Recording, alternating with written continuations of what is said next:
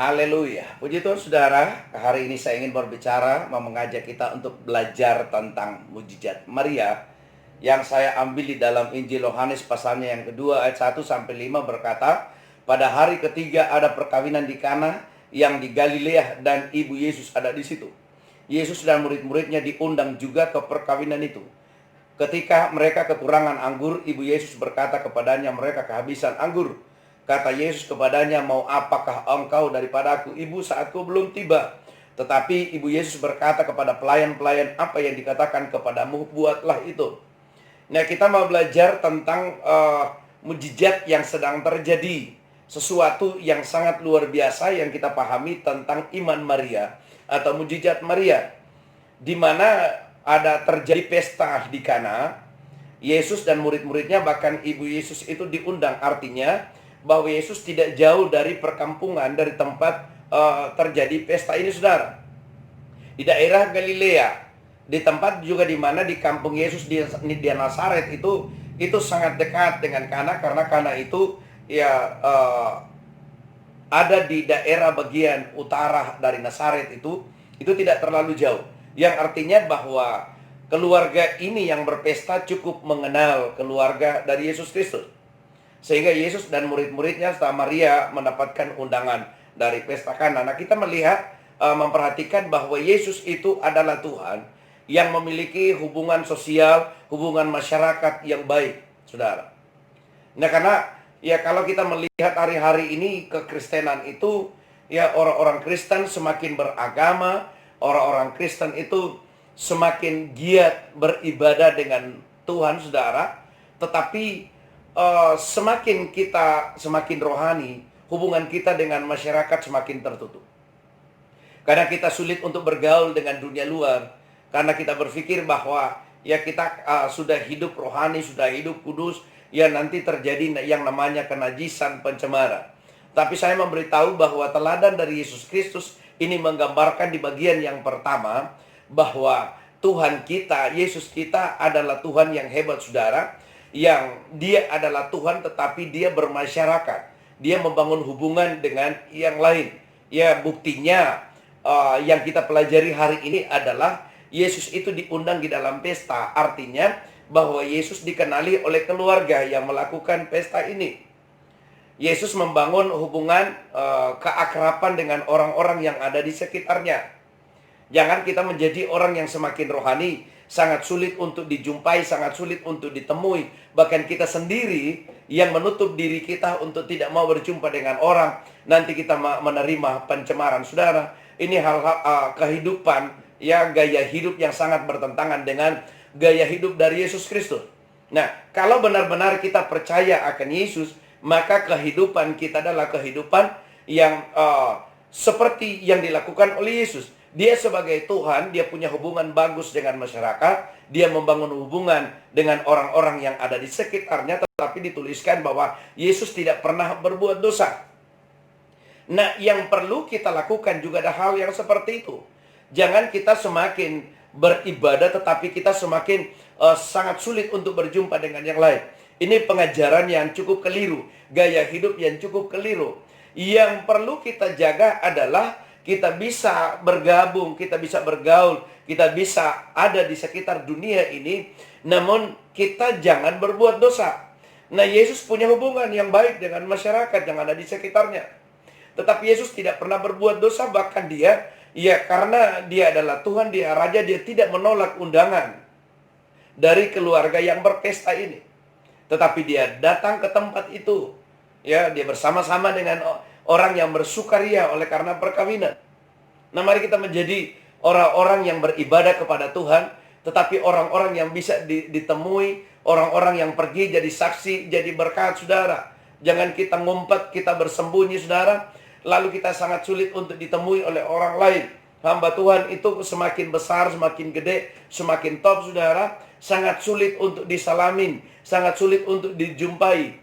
Nah, itu tidak ada di dalam kehidupan Alkitab. Jadi jangan kita menjadi orang Kristen yang hanya semakin top, semakin terkenal, semakin sulit berjumpa dengan orang. Bahkan sudah ada bodyguardnya, sudah ada para pelayan-pelayan di sampingnya ya kita mau ketemu hamba Tuhan itu sangat sulit. Nah kalau kita belajar dari Yesus itu sangat berbeda, saudara. Mari kita mengikuti ajaran Yesus. Jangan mengikuti gaya hidup. Ya, hamba Tuhan punya gaya hidup seperti itu. Yang kita percaya, yang kita yakini, yang kita teladani, yang kita ikuti adalah Yesus. Jadi, apapun engkau yang mendengarkan apa yang saya sampaikan hari ini, saudara, jangan engkau tertipu dengan banyak hamba-hamba Tuhan yang mulai menutup dirinya bahwa seakan-akan dia adalah orang yang tidak bisa ditemui, orang sudah top, sudah terkenal. Ya, ini sangat sesat, ini salah. Ya, saya ingin mengajarkan sebuah kebenaran yang sangat sederhana buat kita, bahwa Yesus itu bermasyarakat. Yesus itu ada dengan orang-orang di kaum bawah. Saya banyak ketemu dengan hamba-hamba Tuhan yang sulit untuk ditemui, saudara. Masih muda kita berjumpa dengan Tuhan daripada berjumpa dengan hamba-hamba Tuhan yang top, yang terkenal, yang hari-hari ini, saudara, untuk duduk dekat makan itu juga kita perlu ya membayar kursi dengan jutaan. Nah, kita perlu bertobat dengan keadaan yang seperti ini. Mari umat Tuhan, ya saya mau mengajak kita, jangan kita disesatkan oleh keadaan, saudara. Jangan kita melihat tertarik oleh karena pengurapan kehebatan hamba Tuhan itu, seakan-akan mereka itu ya adalah Tuhan yang sangat sulit untuk didekati. Tidak, saudara. Di langkah yang pertama ini saya ingin mengejarkan bahwa supaya kita paham bahwa Yesus adalah Tuhan yang bermasyarakat, Tuhan yang punya hubungan dekat dengan masyarakat, dan buktinya bahwa Yesus itu diundang oleh keluarga yang sederhana, yang kehabisan anggur, saudara. Bahkan melakukan pesta, keluarga ini punya semangat mengundang orang untuk merayakan pernikahan anaknya. Tetapi keluarga ini cukup sederhana sampai anggur yang mereka siapkan itu habis. Dan di bagian yang kedua, kita mau belajar tentang apa yang dikatakan tentang mujizat Maria. Tadi sekedar saya mengingatkan kepada kita supaya kita mengenal pribadi Yesus, bahwa Tuhan kita adalah Tuhan yang dekat dengan kita, Tuhan yang tidak melihat rupa, Tuhan yang tidak memandang ada yang lebih besar, ada yang lebih rendah, Tuhan yang tidak memilih kaya atau miskin, Tuhan tidak memilih orang yang bodoh dan cerdas. Tuhan itu mau dekat dengan orang yang mengasihi dia. Nah, puji Tuhan, saudara. Nah, hal ini perlu kita pahami secara bersama, supaya kita tidak menjadi orang Kristen yang kelihatan aneh hari-hari ini. Saya karena banyak berjalan, saudara, bahkan pergi ke beberapa negara yang ada di dunia, saya begitu banyak memperhatikan tentang kehidupan hamba-hamba Tuhan, orang-orang Kristen yang sangat sulit untuk ditemui. Semakin mereka terkenal, ya kita mau salaman pun, saudara, itu sangat sulit. Nah, ini yang membuat saya terus mau belajar. Sebetulnya karakter Kristus itu seperti apa? Tuhan yang kita pelajari di dalam tema mujizat Maria hari ini adalah Yesus yang bermasyarakat. Yesus yang dekat dengan orang-orang yang ada ya di sekitarnya. Dia tidak harus menempatkan dirinya sebagai Tuhan dan Raja, tetapi dia satu pribadi yang bermasyarakat, yang tidak berbuat dosa, yang menjaga kekudusan hatinya, kekudusan hidupnya. Ya kadang saya melihat hamba-hamba Tuhan, ya apalagi ya di Indonesia, ya banyak hamba Tuhan yang sulit untuk didekati. Kadang saya merasa agak kepahitan. Tapi saudara, itu menjadi pembelajaran ya yang baik buat saya, untuk saya ingin juga membagikan kepada kita bahwa ternyata kalau kita melihat manusianya, maka kita kecewa. Kalau kita melihat gaya hidup hamba Tuhan ini, kita akan kecewa. Lalu kita mau kemana? Mari arahkan dirimu bukan kepada manusia, tetapi arahkan perhatianmu kepada Tuhan. Karena Tuhan yang kita sembah, Yesus yang kita sembah adalah Tuhan yang tidak pernah memandang bulu. Tuhan yang melihat, ya, yang menyatakan tentang pribadinya, di mana dia adalah Tuhan yang bisa ditemui, yang bisa dijumpai oleh siapapun. Dia tidak pernah memandang bulu.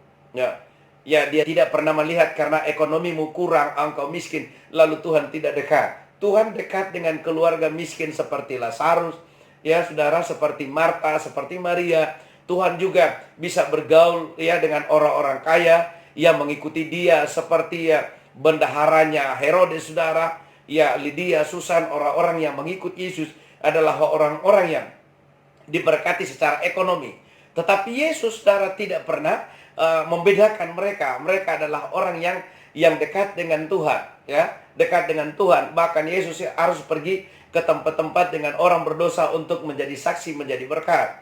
Mari kita juga tampil sebagai orang Kristen yang seperti itu, yang harus menampilkan bahwa Yesus ada di dalam diri kita. Nah, kalau karakter Yesus ada di dalam diri kita, saya percaya bahwa kita tidak harus jadi tuan, kita tidak jadi big boss, kita tidak harus jadi raja, tetapi kita harus menjadi seorang hamba yang harus dikenali, yang punya hubungan satu dengan yang lain. Ya, mari kita jangan disesatkan dengan penampilan hamba-hamba Tuhan yang seperti itu. Mari jadilah kita menjadi pelayan Tuhan yang benar-benar menampilkan karakter Yesus. Nah, di bagian yang kedua, ketika mereka kekurangan anggur, Ibu Yesus berkata kepadanya, mereka kehabisan anggur. Dan apa yang dikatakan oleh Yesus? Kata Yesus kepadanya, mau apakah engkau daripadaku, Ibu, saatku belum tiba. Tetapi Ibu Yesus berkata kepada pelayan-pelayan, apa yang dikatakan kepadamu, buatlah itu. Nah, saya masuk ke dalam intinya, saudara, di bagian yang kedua ini. Bahwa ketika Maria menunjukkan, mengatakan bahwa pesta yang sedang terselenggara hari itu, mereka kehabisan anggur. Ya, mereka kehabisan anggur. Sekalipun memang dituliskan kekurangan, tetapi Maria berkata, mereka kehabisan anggur. Ya, dari keadaan yang Maria perhatikan, bahwa memang akan ada saatnya anggur itu akan habis. Tetapi ketika Maria menghadap kepada Yesus, dia berkata, mereka kehabisan anggur. Nah, sangat berbeda, saudara, ya, perkataan Maria ini. Maria menunjukkan kepada Yesus bahwa acara itu nanti akan mengalami sebuah masalah. Ya, keluarga yang sederhana ini mengundang undangan itu banyak, tetapi anggur itu tidak cukup. Nah, apa yang dikatakan oleh Maria mendapatkan jawaban yang cukup berbeda dari harapan, dari keinginan, dari kerinduan Maria tentang kebutuhan hari itu. Nah, apa yang terjadi? Yesus berkata, mau apakah engkau daripadaku, Ibu? Saatku belum tiba. Tetapi, saudara, perhatikan, di ayat kelima Maria berkata begini, tetapi Ibu Yesus berkata kepada pelayan-pelayan, apa yang dikatakan kepadamu, buatlah itu. Yesus berkata lain, dan Maria juga berkata lain. Nah, artinya bahwa apa yang dikatakan oleh Yesus, ya, secara manusia, saya percaya bahwa ketika Maria mendengarkan apa yang dikatakan oleh Yesus, sangat berbeda, ya, perkataan yang sangat tidak diharapkan oleh Maria. Maria mengharapkan bahwa Yesus, ya, sekalipun anak yang dilahirkan dari kandungannya, tetapi itu adalah Roh Allah, dia adalah Tuhan. Maria tahu bahwa mujizat itu ada di dalam diri Yesus. Namun Yesus berkata, saatku belum tiba. Nah, apakah Maria langsung kecewa? Dan apakah Maria juga langsung berlutut dan memohon, ya, Tuhan, Yesus, lakukanlah karena mereka kehabisan. Tetapi Maria tidak langsung bermohon, Maria tidak memperlihatkan wajah cemberut, Maria tidak memperlihatkan yang namanya kekecewaannya karena Yesus berkata, belum waktunya, ya, mujizat itu belum waktunya diadakan. Nah, apakah itu mengubah perhatian Maria? Apakah itu mengubah iman Maria? Apakah itu perkataan Yesus itu mengubah, ya, iman Maria tentang mujizat? Tidak, saudara. Nah, saya ketika memperhatikan firman ini, saya juga berpikir bahwa andai kata saya juga menerima perkataan itu dari Yesus, saya pasti kecewa, ya. Hal yang sama, saudara, mungkin hari-hari ini kita juga sedang mengharapkan bahwa kita membutuhkan sesuatu. Kita memerlukan sesuatu, saudara. Kita butuh jawaban doa. Kita butuh disembuhkan. Kita butuh pekerjaan, saudara. Ya, kita butuh punya jabatan yang lebih baik. Kita juga membutuhkan usaha kita, bisnis kita, pertanian kita, pekerjaan yang kita lakukan untuk lebih baik mengalami perkembangan. Tetapi di saat kita mulai bergumul, kita mulai berdoa, kita mulai berseru kepada Tuhan, dan kita berharap bahwa kita mendapatkan jawaban-jawaban yang membangkitkan iman kita, yang mendatangkan sejahtera, yang mendatangkan sukacita karena Yesus menjawabnya. Tetapi apa yang dihadapi oleh Maria itu sangat berbeda, ya, sangat berbeda. Dan mungkin apa yang Bapak Ibu Saudara juga, ya, alami juga, ya, sama seperti Maria. Ya, tiba-tiba di saat kita mengharapkan orang bisa mendorong kita, orang bisa memberikan semangat ke kita, di saat kita butuh pertolongan, di saat kita butuh jawaban, Di saat kita bergumul, kita butuh pekerjaan. Lalu orang berkata, kamu belum waktunya untuk menerima jabatan seperti itu. Kamu belum waktunya ekonomi dipulihkan. Kamu belum waktunya untuk disembuhkan. Ada banyak kritikan, ada banyak kata-kata orang menunjukkan tentang kekuranganmu, menunjukkan bahwa orang yang berpendidikan yang sepertimu tidak layak untuk jabatan ini. Orang yang punya kehidupan pendidikan yang seperti itu, engkau tidak layak untuk menjadi orang yang dipercaya di dalam ekonomi yang lebih baik. Orang yang hidupnya yang morat-marit seperti itu, ekonomi pastimu tidak baik. Dan ada banyak hal perkataan-perkataan sinis dari dunia luar tentang kerinduan kita, tentang impian kita, tentang cita-cita. Mungkin kita rindu segera disembuhkan, rindu segera mendapatkan pekerjaan, tetapi orang berkata belum waktunya. Dan mungkin itu terdengar di telinga kita mulai kecewa di hadapan Tuhan. Atau engkau sendiri mulai mendengarkan sesuatu. Kenapa berkali-kali kita berdoa, berkali-kali kita berpuasa, berkali-kali kita bergumul kepada Tuhan. Tuhan belum menjawab doa ini. Tuhan, tolong Tuhan, hambamu ini sangat membutuhkan. Namun ini menjadi pembelajaran yang sangat baik, saudara. Maria berkata di ayat yang kelima, kepada pelayan-pelayan, apa yang dikatakan kepadamu buatlah itu, saudara. Maria tidak mau tahu bahwa sekalipun Yesus berkata belum waktunya mengalami mujizat, namun Maria berkata kepada pelayan-pelayan apa yang dia katakan, apa yang dia suruh, apa yang dia perintahkan, apa yang Yesus perintahkan kepadamu, buatlah itu. Nah, jadi di langkah yang kedua ini, sekalipun Yesus berkata belum waktunya, saudara, tetapi perkataan Maria mengubah keputusan Yesus. Sekalipun Yesus berkata, ibu belum waktunya, mau tidak mau, apapun yang terjadi, Maria berkata kepada pelayan itu. Dia tidak berkata kepada Yesus, segera lakukan. Namun Maria berpaling dari Yesus dan berkata kepada pelayan-pelayan itu, lakukan apa yang Yesus perintahkan.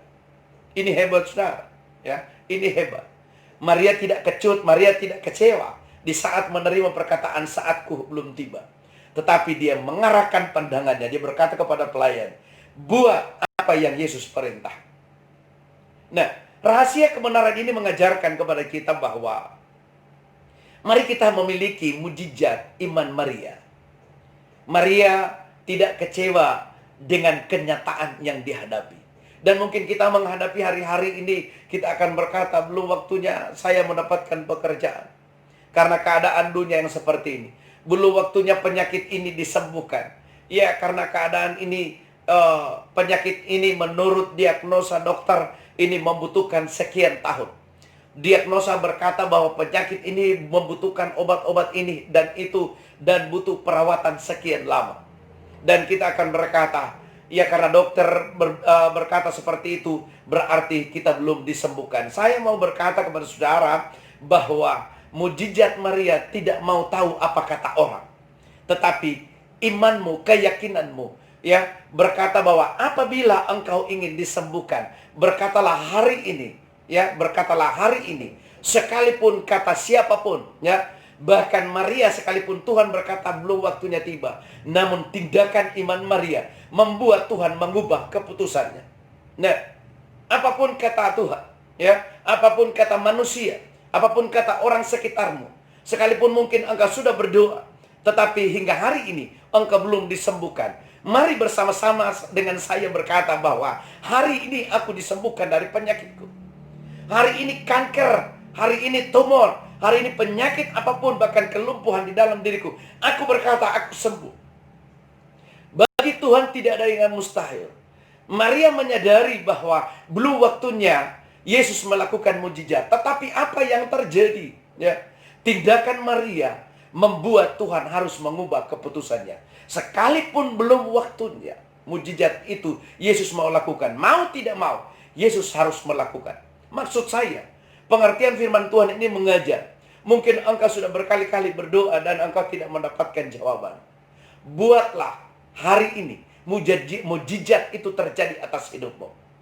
Terimalah kesembuhan dan berkata, hari ini aku sembuh. Di dalam nama Yesus aku sembuh. Sekalipun belum waktu Tuhan, ubahlah keputusan Tuhan ini.